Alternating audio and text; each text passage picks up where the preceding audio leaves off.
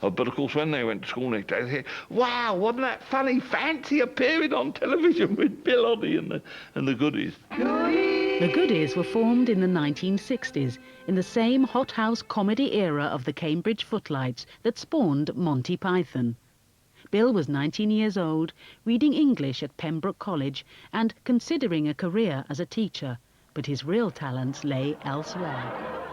When I first met Bill and worked with Bill, I think what impressed me most was his music, because he could write a funny lyric, but he could also produce a cracking tune.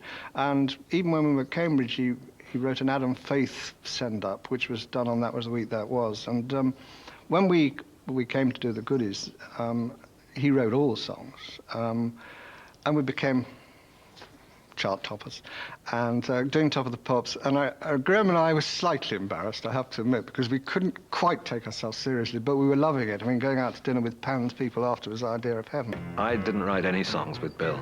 I want to make that absolutely clear.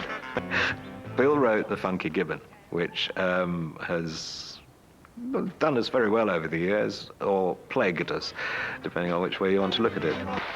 But all that time I knew he was passionately fond of bird watching, and in fact when we wrote together, a lot of our stuff that we wrote for radio and later on the Goodies was quite animal-centric, quite nature-centric.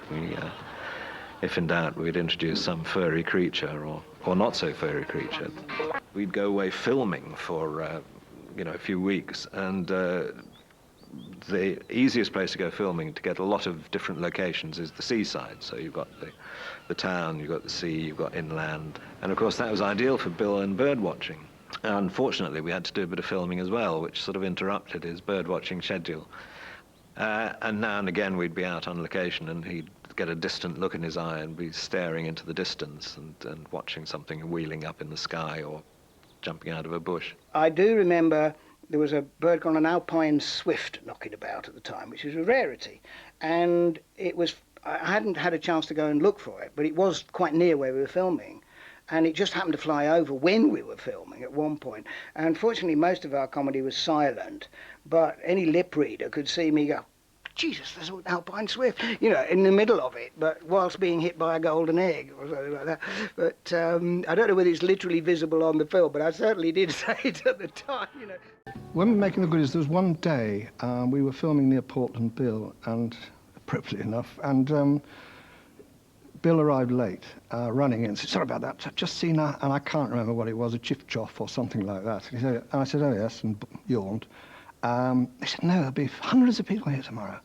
I said, "What do you mean?" He said, it shouldn't be there, and it was on the reserve. And he'd actually spotted it, the warden hadn't, and it was, in fact, an American bird. Now, that did impress me, that he spotted a bird that wasn't there. Yes, I was sent up rotten about it for the whole time. But I have to say that I was never pushed as something to do in the evenings.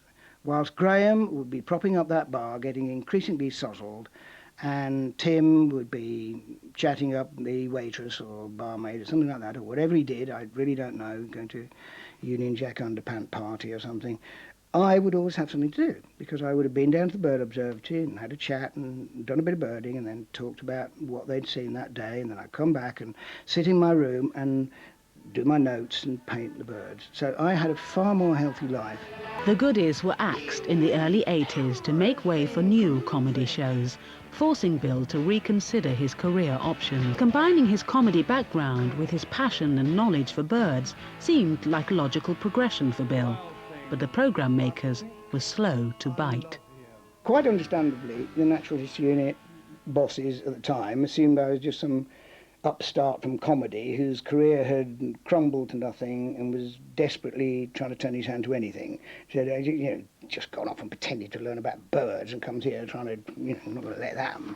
And so I had a lot of pleading to do, and I quite understood why it did take quite a long time.